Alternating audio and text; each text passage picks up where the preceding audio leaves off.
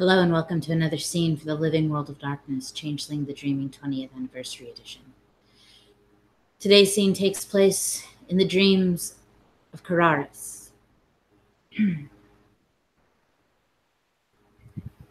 Kararis, your dream begins and it ends. You wake up, you're home. The colors are bright and vibrant. Outside your window, you hear the babbling of the crystal brook. Down below, beneath marble floors, you hear the faint hustle and bustle of your vassals dealing with the work of the day. It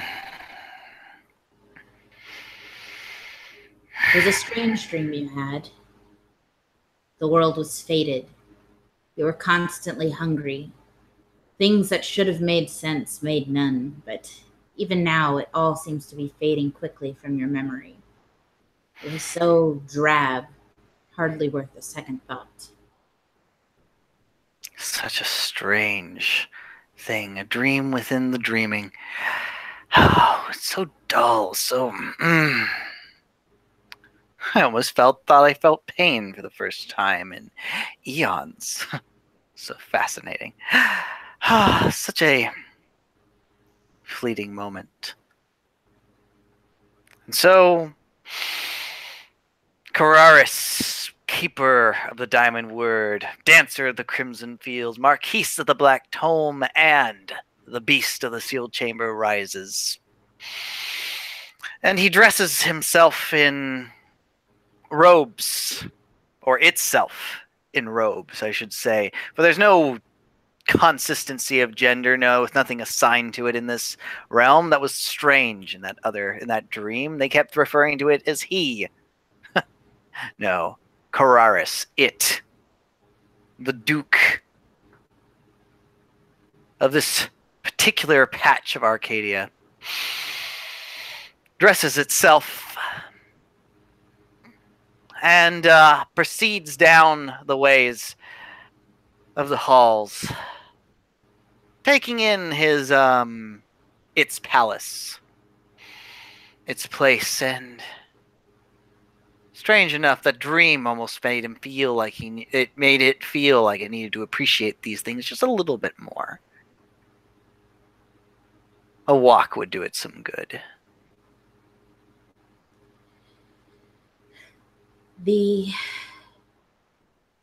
castle is bustling with life as you move through it to find a place to gather your thoughts.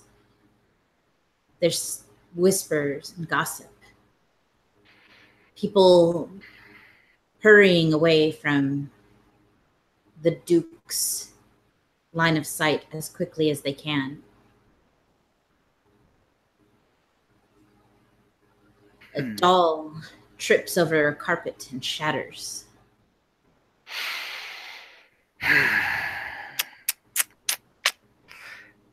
Pick yourself up.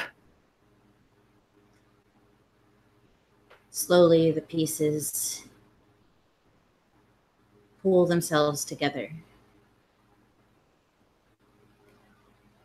reforming the form of a delicate girl. She bows and quickly makes her way away from the one she has offended with her fragility.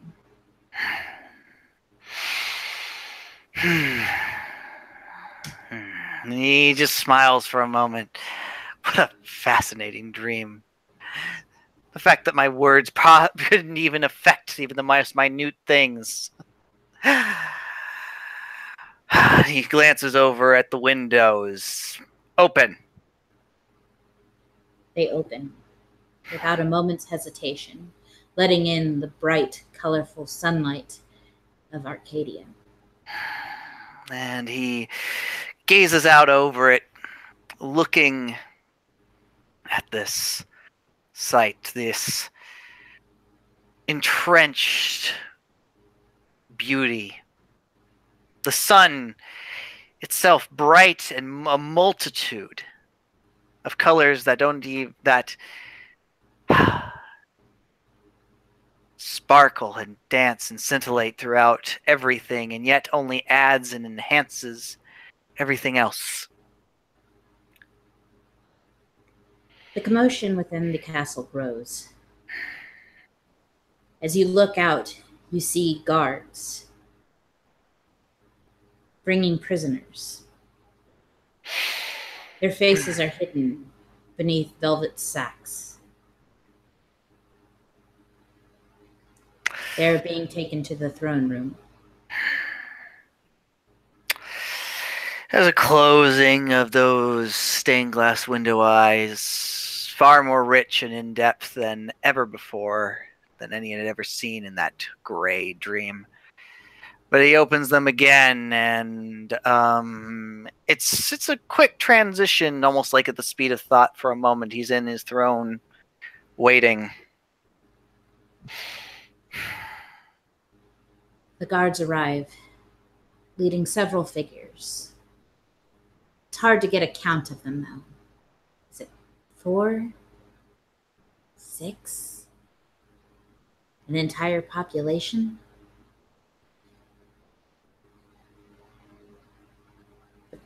The guard speaks. He's somebody you're vaguely familiar with, Basilisk Puka, by the name of Sven. And he speaks without making eye contact and says, "My lord, we have captured these corrupted ones on your territory and bring them here for you to pass judgment and sentencing on."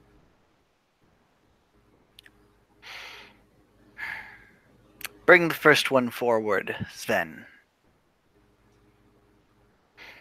He brings forward a large man and pulls the velvet hood away from his face.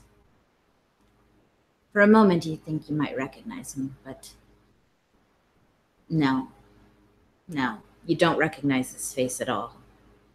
He doesn't look like something in Arcadia. There's something so organic about him.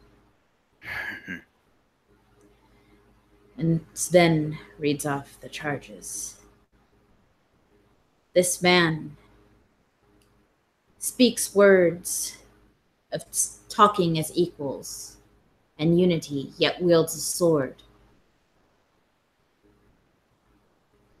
He wields a sword against your vassals, my lord.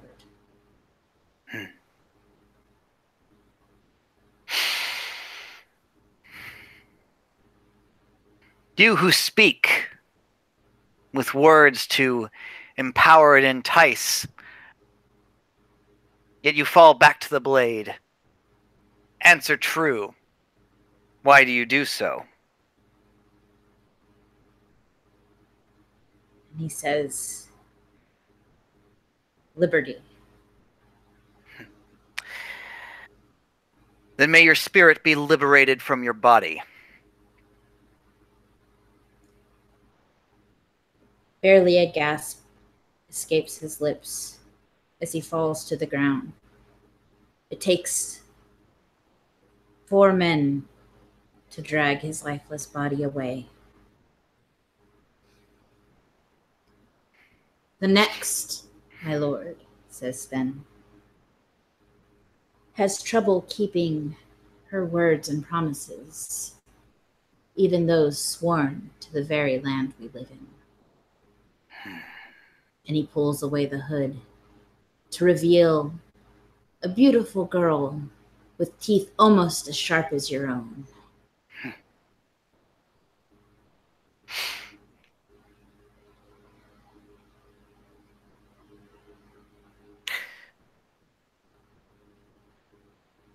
You say things, but do not mean them. Why? A look of defiance. She simply says, "Fuck yourself."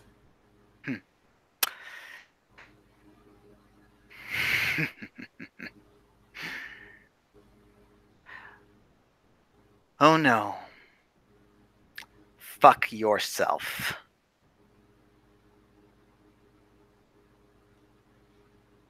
The writhing screams that escape from her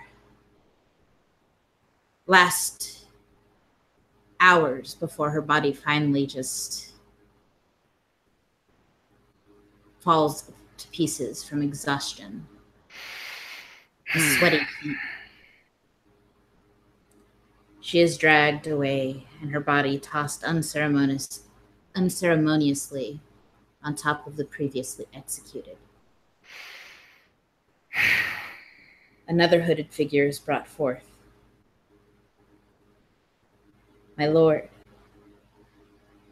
this woman claims that which is yours is hers without right of virtue or oath or contract.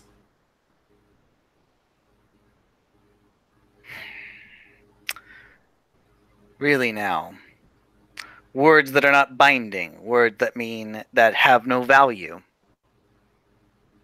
A pale shadow compared to the words that we speak here and now, would you agree?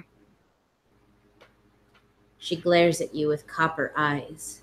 It's a creature unlike any you've ever seen here in Arcadia before. She says nothing. Then a shadow you shall be. A shadow, much like a shade, escapes from her, taking the life from this body, leaving behind not even a hint of what was this. It falls away like a skin, and all that's left is, it's hard to place what this creature is. It seems inspired by those walking about, but no. But this corpse, too, is dragged to the pile.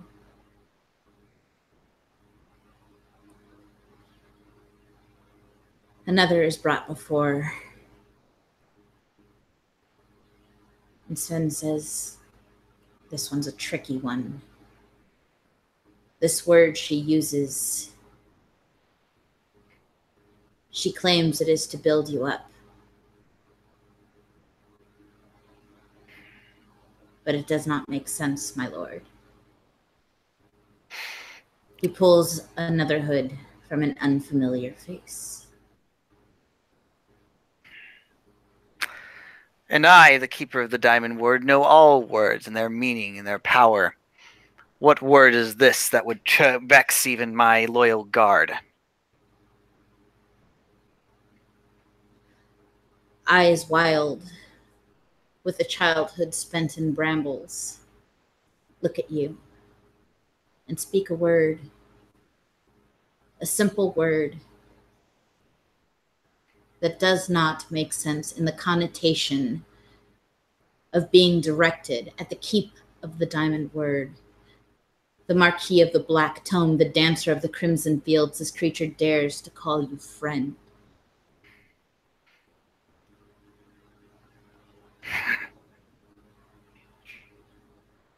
Friend.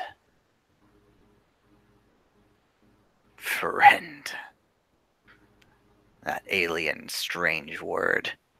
Such a meaningless little thing. Something so infinitesimal, so meaningless, so fragile.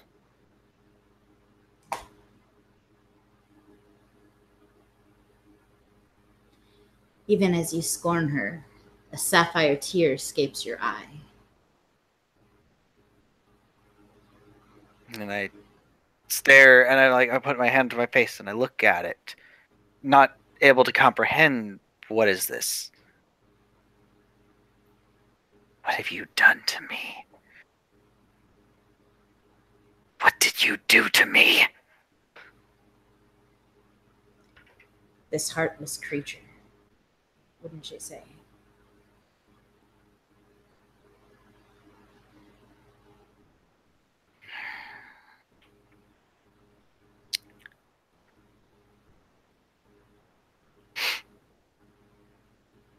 Sorry, I'm not sure who spoke on that one. This is your inner voice. Yeah. Heartless creature, wouldn't you say? That inner voice.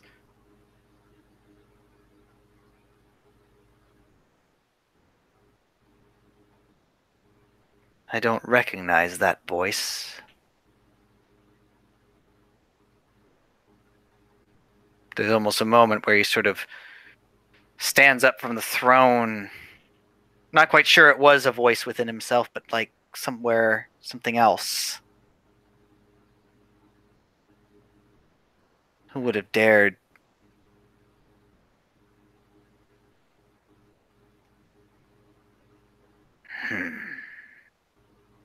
There's no one else there. No one, just this thing that dares to speak a word that means nothing, that's meaningless. It's gibberish. And yet, as he looks at this creature that says this meaningless word,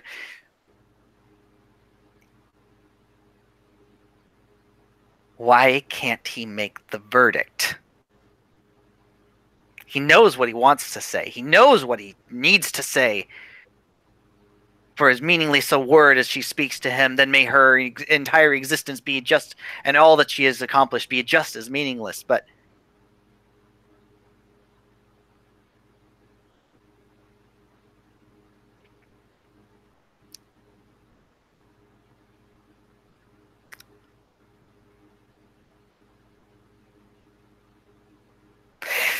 toss the rest in the dungeon.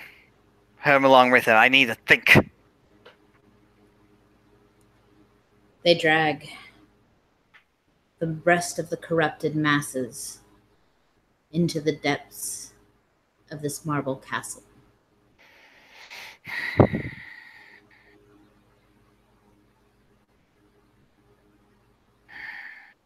A few other guards begin to drag away the bodies of those whose verdict has already been decided.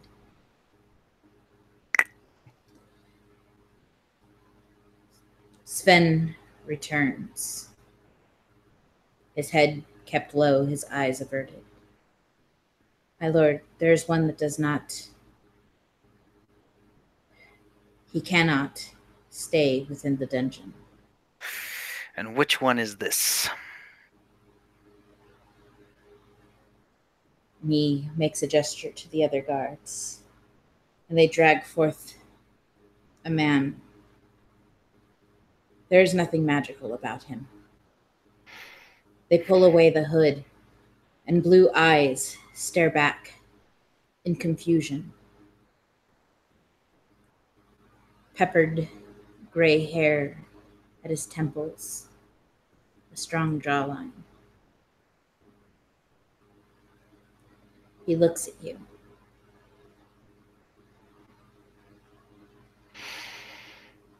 And what is this?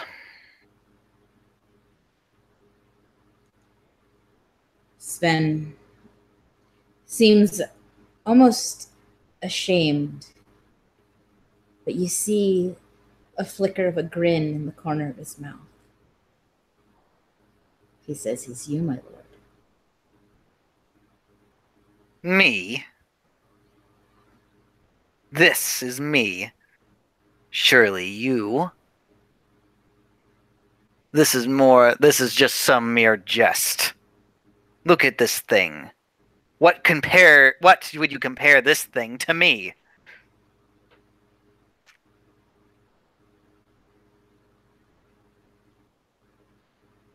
It is an absurd notion. Marquis of the Black Tome.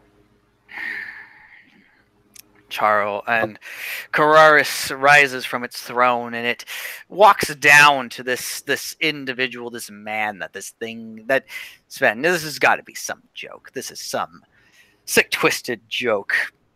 Sven will pay for that sometime later here, because this is an absolute insult. This thing, graying, showing signs of age, eyes that only reflect one color, Her skin so pliable and disgusting, and you can literally see the passage of time happening as their colors dull in comparison to everything else. It's like a wound in Arcadia. As you say a wound in Arcadia, you feel a throbbing on your hand. And I pull it up and I look at it and I see like a cut right across my palm as I'm bleeding gold. The man's hand begins to bleed as well.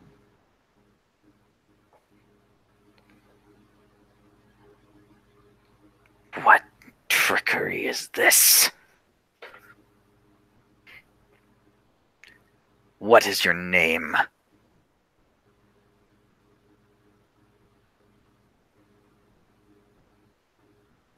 When the man speaks, the sound doesn't travel through the air, but rather resonates within your own mind. Charles, Igor. I come from Virginia, a little area known as No Man's Land.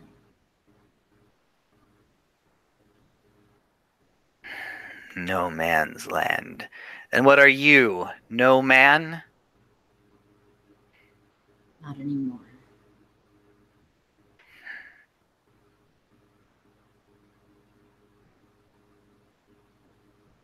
The ropes fall away from Charles's wrists, and he steps forward and embraces you.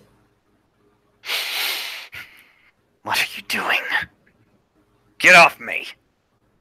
He says nothing. The more you reprimand him, the lighter he feels, as though he's wasting away while clinging to you. Said get off me! But for some reason he doesn't let go. He gets lighter, yes, he's wasting, and I feel him wasting away. I feel it. More than just cuts, I feel like I'm wasting as well. And I look at my own hand.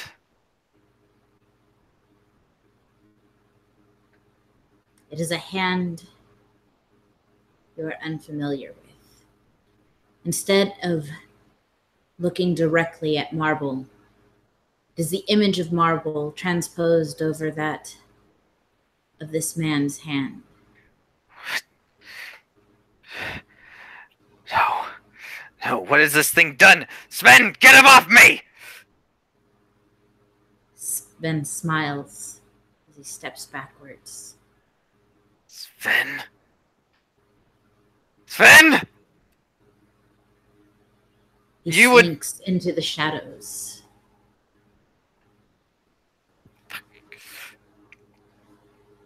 You know who I am! You know who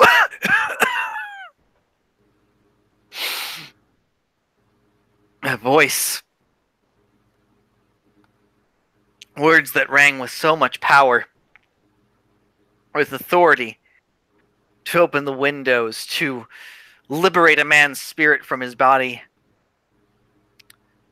To turn a creature into a shadow. A mere shade. To have someone literally fuck themselves to death.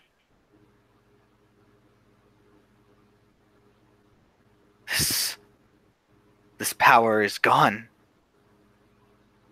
It's pale. It's like a tin can in comparison to a tolling, deep brass bell.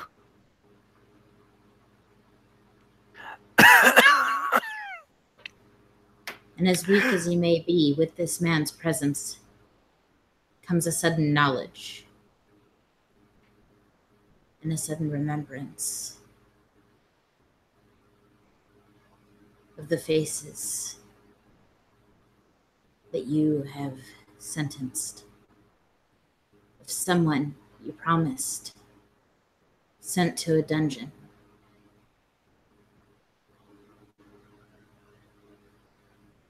No. Maxine! Maxine! This word means nothing here in Arcadia. No. Alas. Alas. And just trying to find strength in a weakened form, this fragile form, I start to stumble off in the direction of the dungeons. There in these sealed chambers, the adherents to the diamond word are practicing.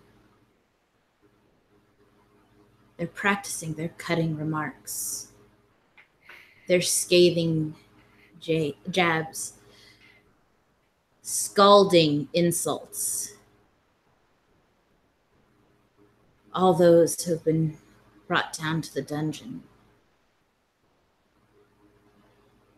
are systematically eviscerated before your eyes.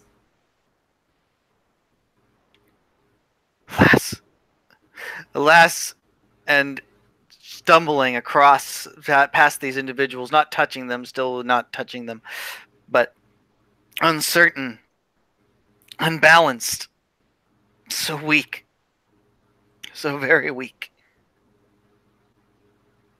Trying to find, maybe he can find, alas, before one of these individuals scathe, and maybe he can command them to stop. That this one's his. This one's his.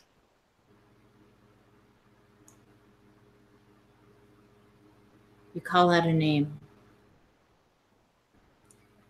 This name that belongs to this thing that belongs to you. There is no response. It does not call back out. But you do see the doll earlier shattered, seeking to be more like you, has just finished saying the word that you did not say earlier. Heartless.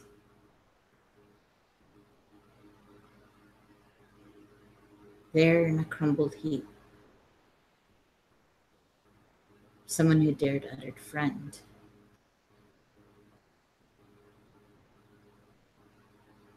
There's one other survivor in this cell.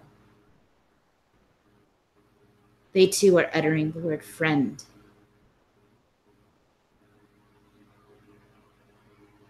Another human.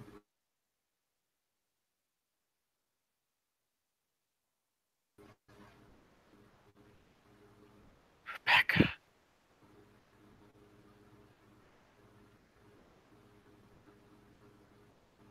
I didn't know.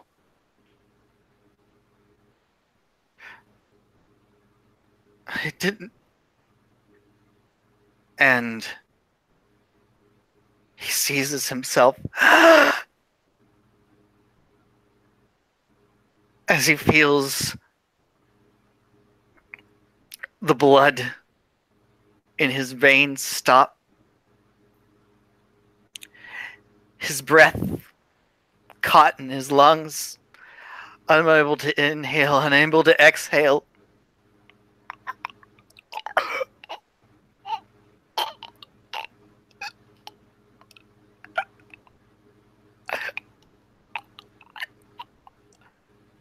For a promise was broken. The keeper of the diamond word, knowingly or unknowingly, it matters not, has broken his word.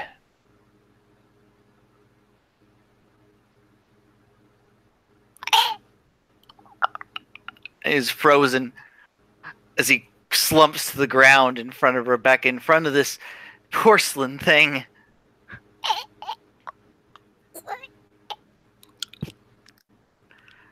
Undignified. Go for it. Undignified, disgusting. Just this pathetic mass.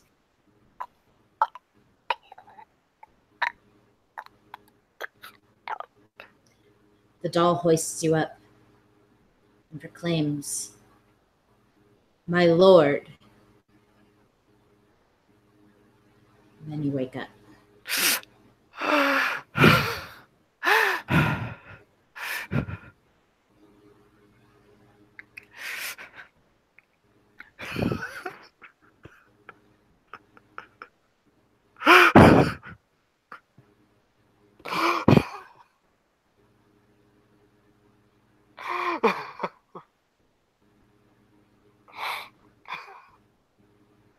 Those tears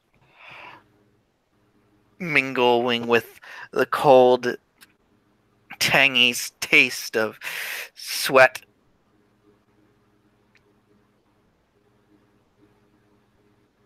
Just caked hair that's not his hair, and yet it is his hair, just matted down. And the ivy for his hair, the real hair for him, just dripping and like something caught in a rainfall. As he just rocks for a moment in bed, just terrified, horrified.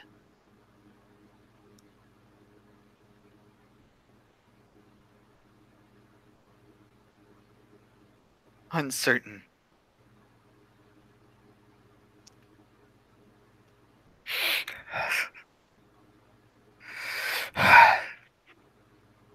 Eventually he manages to take a few deep breaths. And he can actually take breaths. His blood's not frozen in his veins. That didn't happen. That was a dream. That was a horrible... That was a nightmare.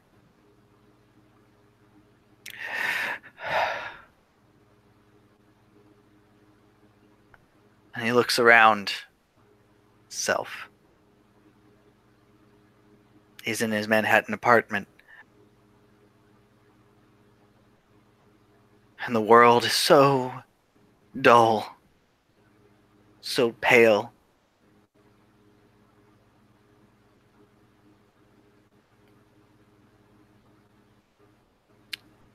And what a sick thing it is to feel so relieved for at least a moment that this place actually makes... No, this place doesn't make sense. It still doesn't.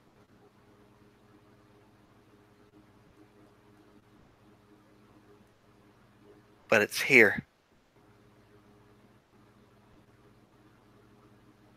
He didn't break his word.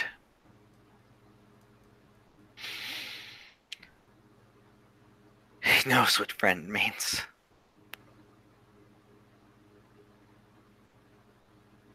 And he looks at that palm.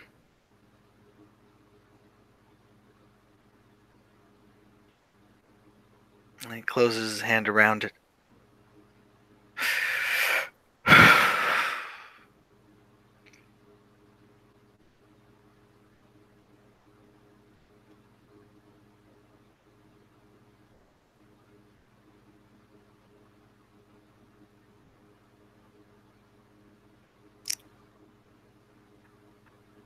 I won't. I won't let that happen to you.